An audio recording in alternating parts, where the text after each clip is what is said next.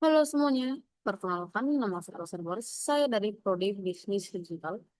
Di sini saya akan menjelaskan tentang operasi sistem mata kuliah Teknologi Informasi dan Komunikasi dosen pengampu Bapak Edward Sungguh.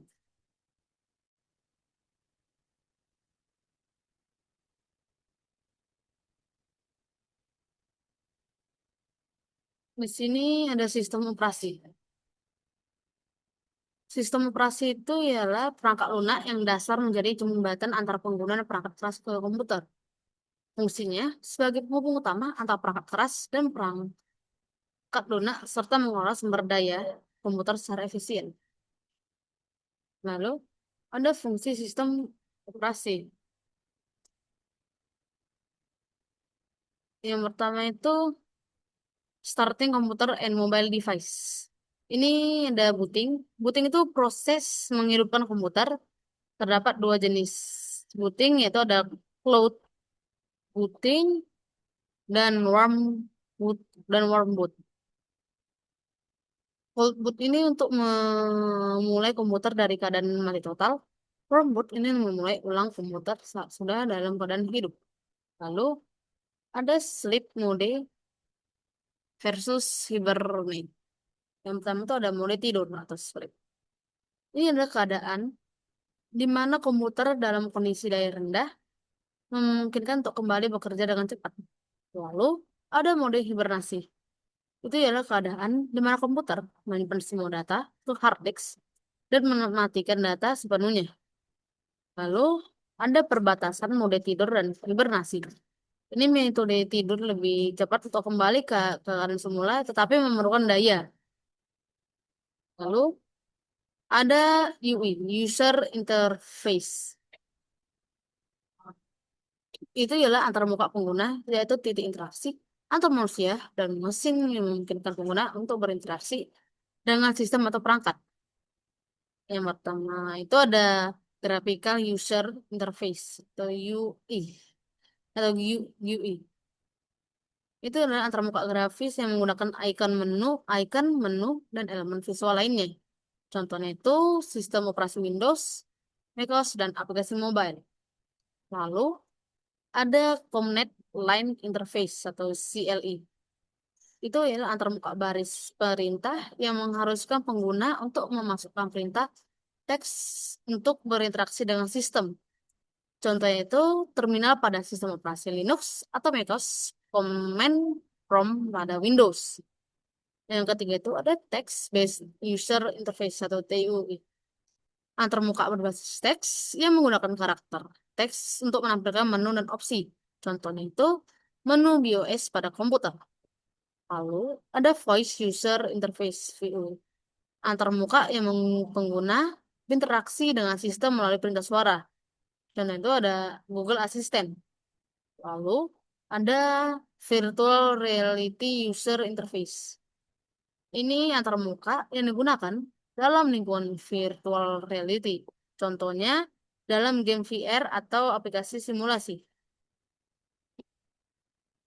Nah, selain itu, UX USM itu adalah pengalaman pengguna saat menggunakan suatu produk digital. Itu mencakup semua aspek interaksi pengguna dengan produk termasuk pengguna aktivitas dan kepuasan. Lalu, ada managing program.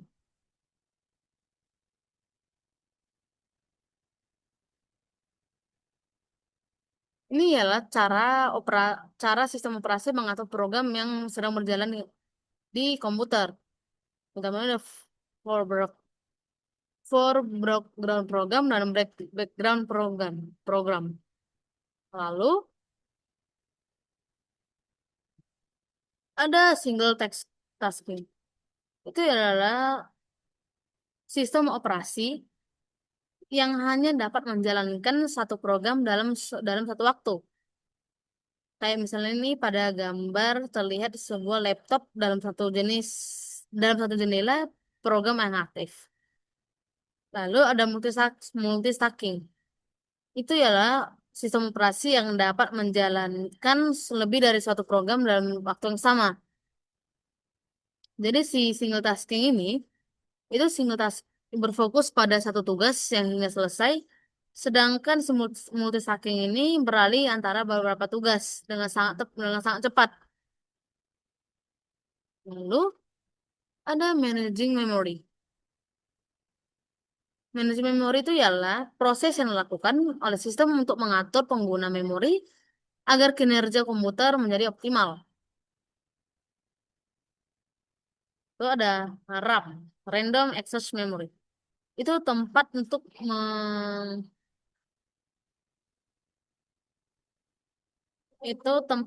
menyimpan data sementara,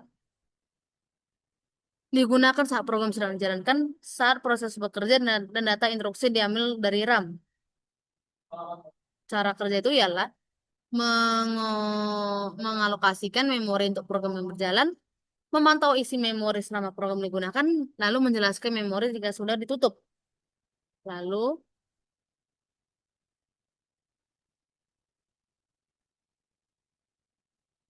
untuk alokasi memori itu, sistem operasi bertanggung jawab untuk memberikan ruang memori yang cukup bagi setiap program berjalan. Lalu pemantauan memori itu untuk memantau pengguna memori oleh setiap program untuk menjaga konflik dan memastikan setiap program memiliki akses yang cukup ke memori. Lalu dealokasi memori. Setelah program diselesaikan, sistem operasi akan membebaskan memori yang digunakan oleh program tersebut. Selanjutnya ada virtual memory. Virtual memory itu adalah memori tambahan yang diambil dari hard drive atau flash drive yang digunakan saat RAM tidak mencukupi. Lalu ada swap file paging. Swap file ini adalah area hard drive yang dipakai sebagai virtual memory. Paging, proses tukar-menukar data antara RAM dan hard drive. Page, potongan data yang dipindahkan. Jadi, ada dampaknya dari RAM kalau jika RAM penuh. Yang pertama, memori virtual. Ketika RAM sudah penuh, sistem operasi menggunakan sebagian ruang di hard drive sebagai memori tambahan. Swap, swap file itu file khusus di hard drive yang digunakan sebagai memori virtual. Lalu paging itu proses mekanisme yang digunakan untuk memindahkan data antara RAM dan swap file.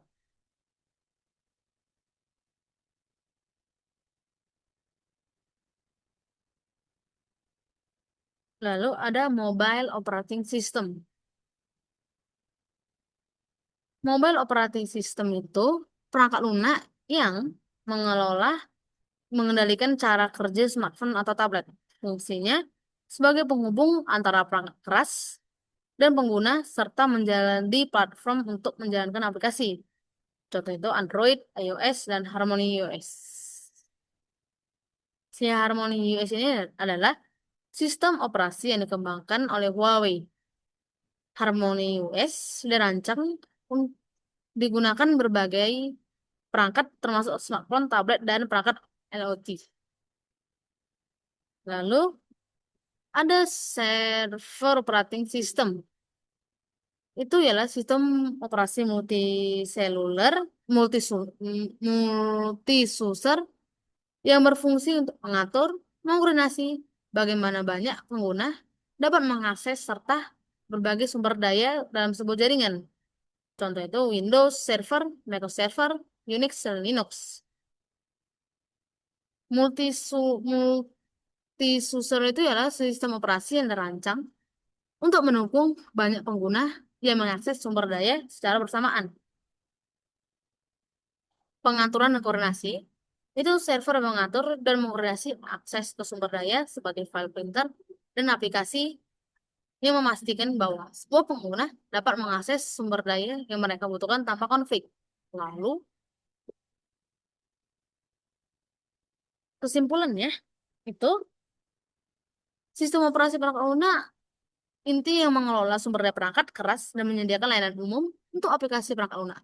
Sistem operasi memiliki beberapa fungsi penting termasuk sebagai jembatan antar pengguna dan perangkat keras komputer, mengelola daya komputer secara efisien, memulai komputer dengan perangkat seluler, mengelola program yang berjalan, mengelola memori, dan menyediakan antarmuka UI.